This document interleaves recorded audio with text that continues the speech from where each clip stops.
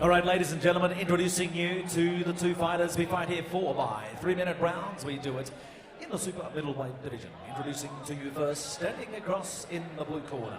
Tip the scale, 73.7 kilos. Right here in Brisbane, trained by Todd Cummins from the BTB Boxing and Fitness Gym. Tonight, he makes his professional debut. This is Patrick Kronin. And his opponent standing across in the red corner. He tipped the scale, 74.2 kilos. Trained out of the Pounded Martial Arts Gym, he brings to the ring one professional fight tonight. He's looking for win number 1 as a pro. Brisbane, make some noise. This is Gene Shaw. Welcome back. Great to have you back with us. Boxing Bazaar 4 right here at the Greek Club in southeast Queensland. Ricky E. Silva in the commentary box. One of the most promising cruiserweights in the country at the moment. As we get set for this one, 4 3-minute rounds. It's Patrick Kronin taking on Gene Shaw. There's Gene Shaw on the right in the white trunks in the red corner. He's out of Pounded Martial Arts, based out of Brisbane. And Patrick Kronin, he's representing BTB Boxing. And here we go. They touch, gloves are underway. Kronin on the right. And we've got, Shaw on the right, I should say. And Kronin on the left. As Ricky E. Silva joins us. And Ricky, what can we expect from this one?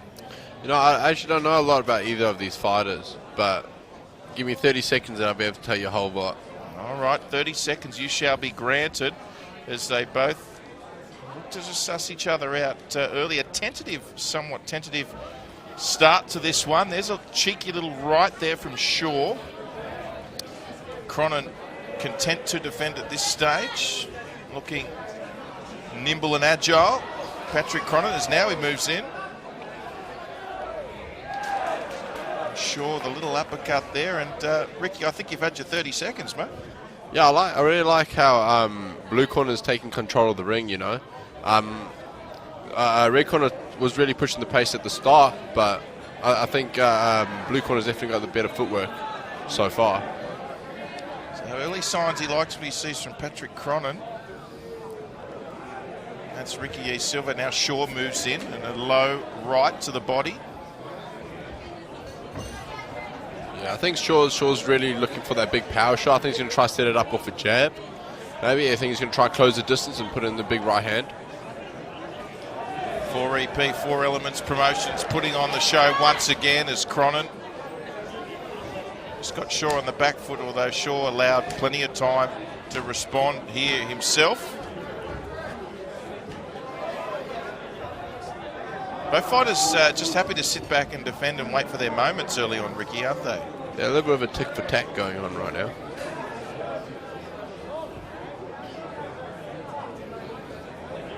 Sure. I think fighters usually start a bit stiff. Once you get a few hits in or get hit a few times, you usually loosen up a bit, get into a bit of a flow, like you know, like that flow state like you do when you're sparring. Nice little left landed there by Patrick Kronin on Shaw. And left-right combination from Kronin as he's got the guard down, looking to attack here, Kronin.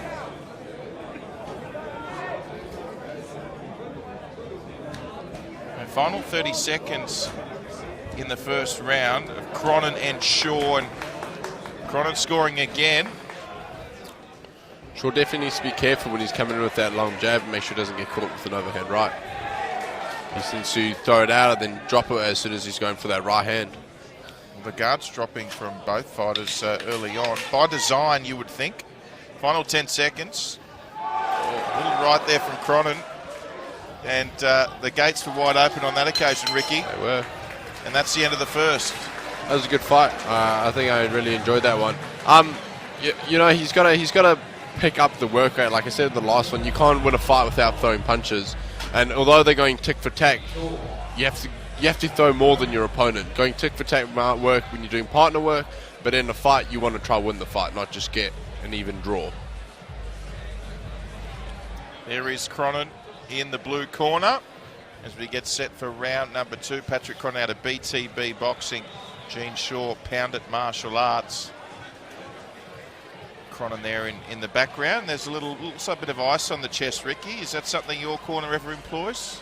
What do you like in between grounds? Do you actually say to your corner, this is what I want in between grounds, or is that up to them? I like to drink a lot of water. The ice doesn't really make too much of a difference. I think if I get a lot of water in, I can recover quickly. But I prefer more the ice on the back of the head, back at the top of the neck, you know. I feel like that cools you down a lot more. Especially in Australia, it's hot out here. Spoken like a true South African, Ricky. So round 2. Oh, he didn't want to touch gloves there, Shaw. He's coming in for the kill. Will this go all the way? Kronin looking to touch Judge, and Gene Shaw was not interested. No siree, Bob, he says. Gene Shaw here in round number 2. Who'd you give the first to, by the way, Ricky? You know, I couldn't pick the first one. I'd have to say that the big right at the end might have given it to Shaw, but I'm not sure. I see what you did there. Here's Cronin starting to open up. A big cheerio to all our Italian viewers as well this evening. We are going live to Italy, I'm told. Plenty of people in Milan watching. Great to have you with us. You speak Italian? Not a lot, Ricky. Not a lot. Same. You'd speak a little bit of Afrikaans, do you, Ricky? Yeah, a little bit. I can understand if someone's speaking to me, but other than that, yeah. Been a long time.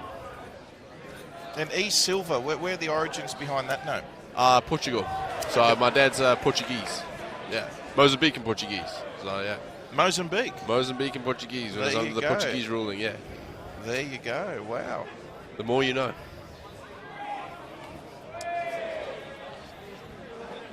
So he needs to get out of that corner.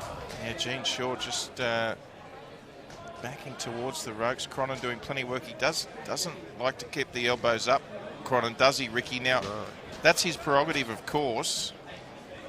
There's some danger with that, but it tells us he's feeling comfortable. And Shaw just starting to show a few battle scars there on the cranium at the moment. Yeah, I think in these sort of, was a big right hand. That was a big right hand. You know, I think in these later sort of rounds, those little punches are what's going to take its toll. You know, even though his hands are down, he's still not taking as much damage. I mean, you look at his, as I say that, you look at his opponent's face. You know, he's got a lot more redness around the cheeks and around the nose. So.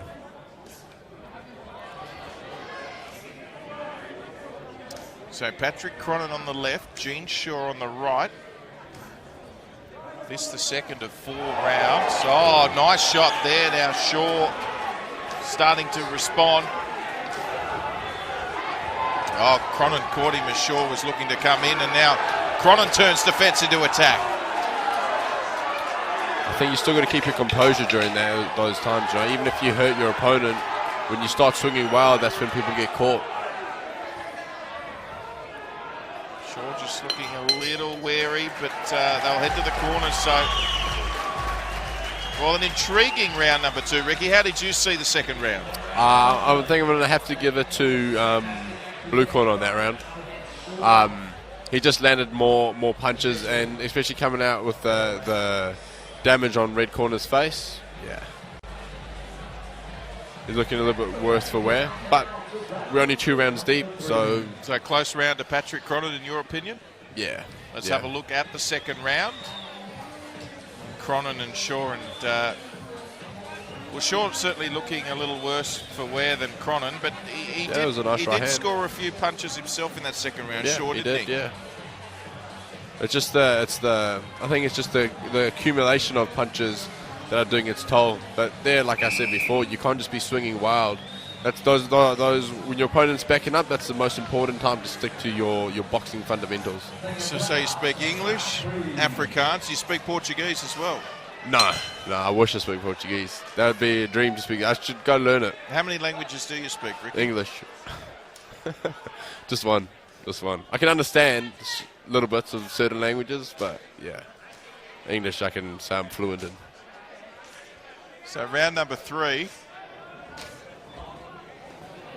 Sure, a little bit more aggressive to start this round.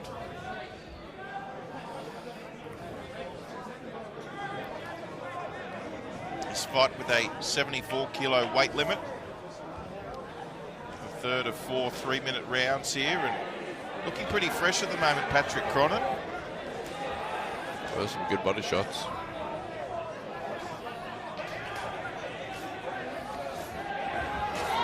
Gene Shaw with a big counter right as he looks to evade the consistency of the punches thrown by Kronin.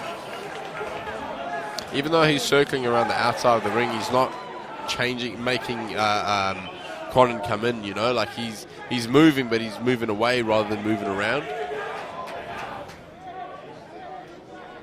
You want to see Gene Shaw just a bit of variety with his footwork? Yeah.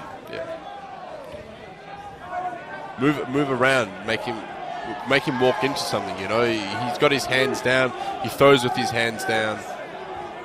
Move him into a position where you can get him to strike, so you can throw a counter. He's landed that right hand a couple times now. You know, move to your right, try to let him cut off the ring so that you can land that right hand. Something Justice Hooney does very well as a heavyweight. Yeah. Justice Hooney's a great boxer. A great boxer. You ever sparred with him? Yeah, a couple times. How'd you go? Yeah, I thought I did all right. Yeah. It was a good sparring, but yeah, I'm in fight. Never short of a word here, Ricky E. Silva. Final minute of the third here. Kronin up against Shaw, and now Kronin looking to take things up a level here. Still got his guard down. You can see the claret on those baby blue gloves of Kronin coming off the face of Shaw. So he's been landing them as Patrick Kronin. I think when the fight gets like this, it comes down to who wants it most, you know? Who's willing to just go that little bit extra in order to get that win.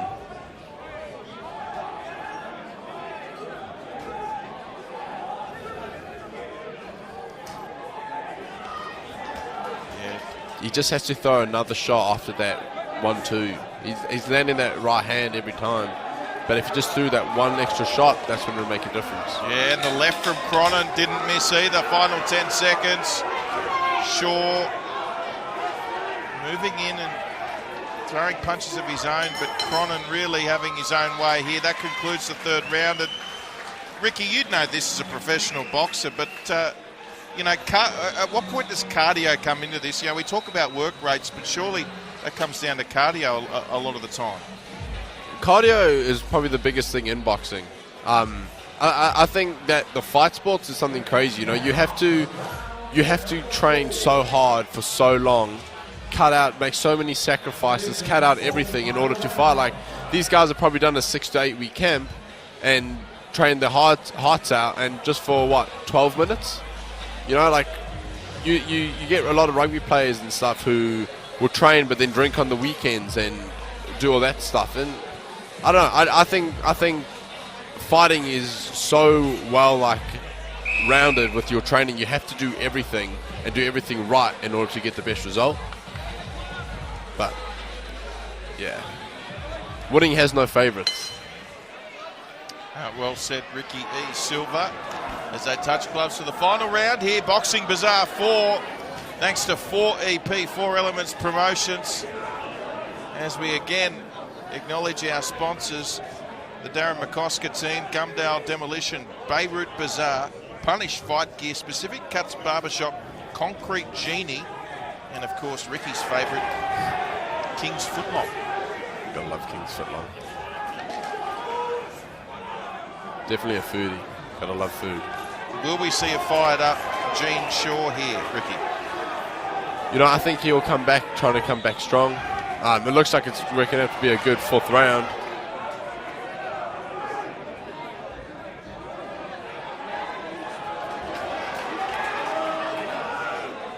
You know, when you get to these last rounds, it comes down to the time where you wish you had just done that extra push-up, or you ran that extra kilometre, or done that extra round on the bag, you know.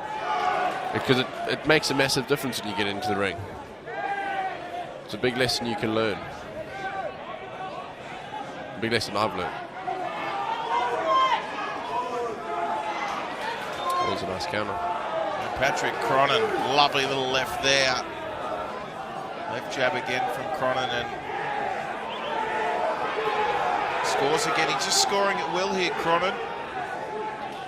Shaw becoming a little bit too predictable, as you alluded to, Ricky, particularly with that footwork. It's very horizontal without a lot of variation. And not seeing a lot more than 2-punch combos at the moment from Gene Shaw. Kronin slips again and the left hook to follow. That was a beautiful shot. Into the final minute, what can Gene Shaw do here, Ricky?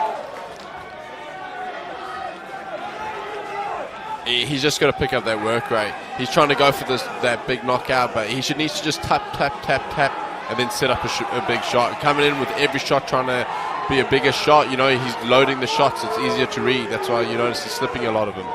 See? Huge right thrown by Shaw, doesn't connect. Looking for the knockout blow. The shot that gets you is the one you don't see coming. And if you're loading up your shots, you're going to see it coming all day. Easier said than done. Always, especially when you're tired. 20 seconds remaining. It's now or never for Gene Shaw. Looking off his feet. He's got claret coming from the nose at the moment. He comes in, huge right, misses. Kronin again evades danger. Only a few seconds to negate here for Patrick Kronin. Shaw misses again, and he did exceptionally well there, Patrick Kronin. He should get this result on points. Gene Smith, hold your head up high. But Patrick Kronin, well... That was good. It was That was was impressive. good. So I definitely think you think he looked very Kronin, comfortable out there. Yeah, you think Kronin on points? I'm going to go with Patrick Kronin on points, definitely. Yeah. Ricky, how did you see it? I think I'm going to have to agree with you there. I think he took the first round, could have gone either way, but those last three, I think he really pulled through. You know, you look at the opponent's face, it makes a big difference. Yeah, that was a beautiful left hook there. He's changing the angles, he's hitting on those angles. That right hand, when he slipped the right hand and came back with the left hook, I thought that was beautiful as well. There it is. Just the higher work rate.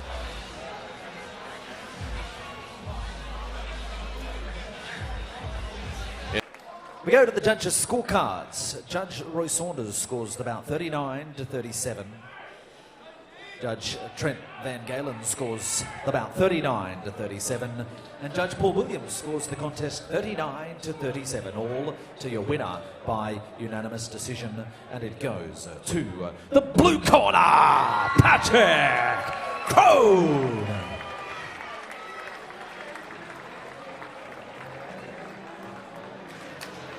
And unanimous victory there to Patrick Kronin. Congratulations.